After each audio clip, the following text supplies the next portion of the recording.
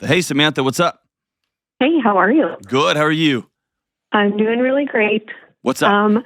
My question is, how can I support my high-functioning alcoholic husband while also setting and keeping healthy boundaries for myself? I have an innate, to the words high functioning. Because I think like when I hear like high functioning, like anxiety or high functioning depression or high functioning, I feel like it is because you're able to get up and go to work and make money, you get a pass on how sick you actually are. But that may be wrong. So what do you think? I think that he is able to get up and go to work and support our family. He is able to help around the house. He's a very active father, but I also think he lies about drinking. Okay. So something must have happened for you to make this call. What happened? Well, it's been a 3-year journey. Okay. 3 years ago, I found out that he was drinking a bottle of whiskey quicker than I could notice the bottle was being emptied.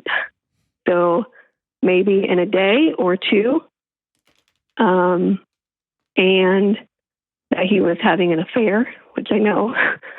I try not to bring up because we have worked really hard on that portion of our relationship. But obviously it helped diminish our trust a little bit. And so... A little bit, it obliterated it. Yeah. It nuked it.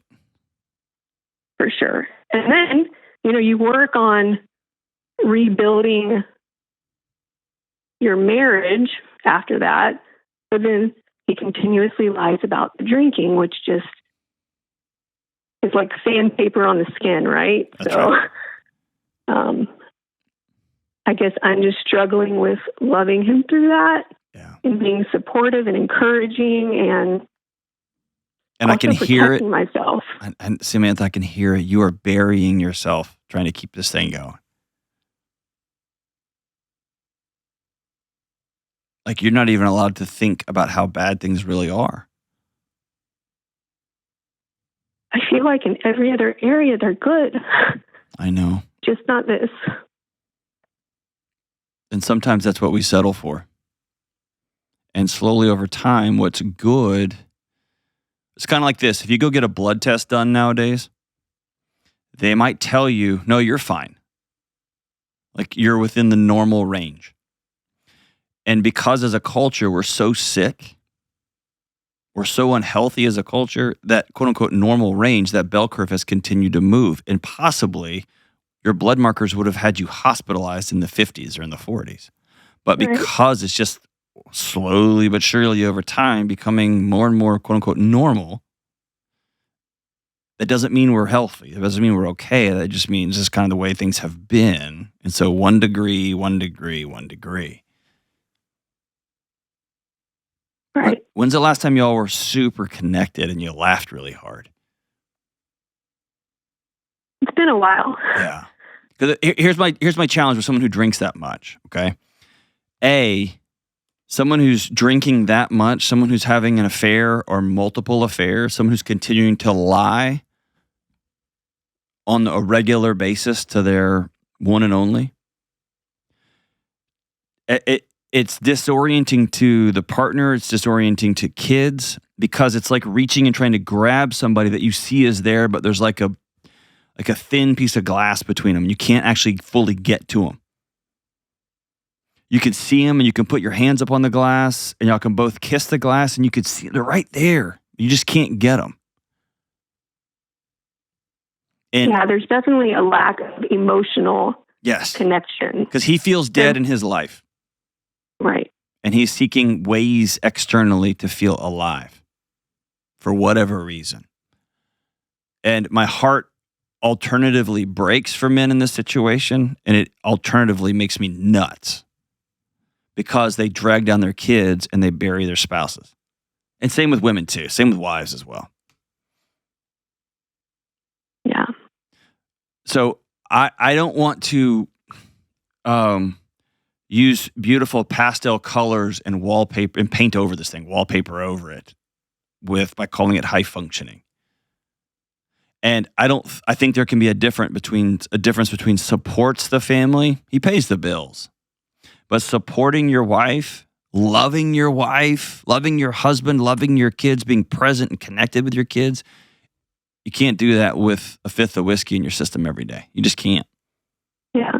I will say, like, over the last 3 years, it has gotten immensely better. Like, he can go a few days without a drink now, but then he comes home, and I can always tell, like, there's always like a change in demeanor from when he's not drinking to when he is. And so if I ask him, like, have you been drinking today? He'll look at me and say, no. And then later, when he becomes more volatile, not violent, but like he'll become more rambunctious with the kids or try to engage in an argument with me, that's when I'm like, oh yeah, okay, here we go. And then I just disengage. Like, I'm just like, I retreat into myself. Yeah. And that's where you're losing yourself to the world. You're like on Back to the Future when the time's running out and he keeps looking at that Polaroid and more of him is disappearing and disappearing. That's you. I can see that. So I'm trying not to get to that point. I know. But it's going to take you doing something that I don't think you've done in a while, which is drawing a really firm boundary. And he's going to have to choose his drink or his family. Yeah. And I would recommend strongly that you carefully articulate the behaviors.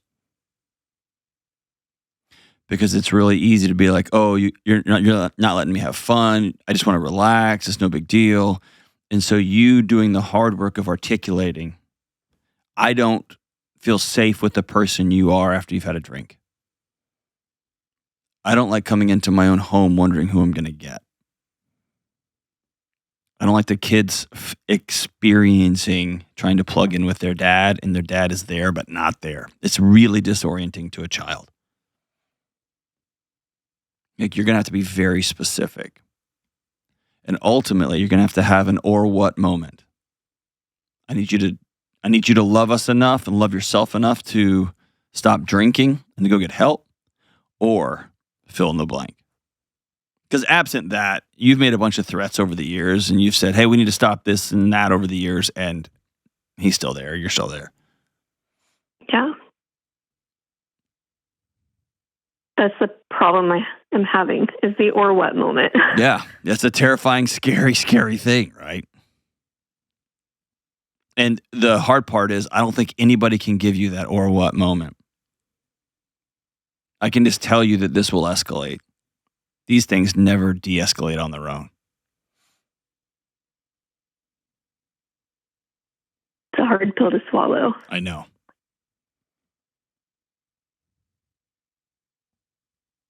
Do you think he's seeing somebody else again? No. Okay. No, I mean, we do have free access to phones and email, and like, he has no problem with me checking any of that. We just invited the wrong person into our friendship circle. And no, you didn't.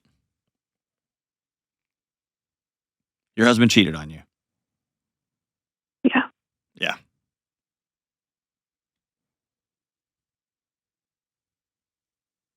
He made some choices. Yeah.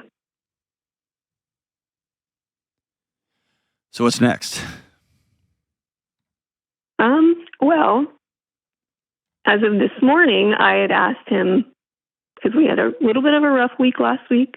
What does that mean? What does that mean? You are the underseller of the year so far. So I got this car for sale. It's great. It's got a small dent on it, and like the whole hood is missing. So what does a little bit of a rough week look like? Well, he was entertaining some clients because he is in a sales business, which I get. And I asked him that if he was going to be drinking, I have a hard time saying, don't come home. But I said, I would like you to stay in the guest room and just not engage me. Just go into the guest room.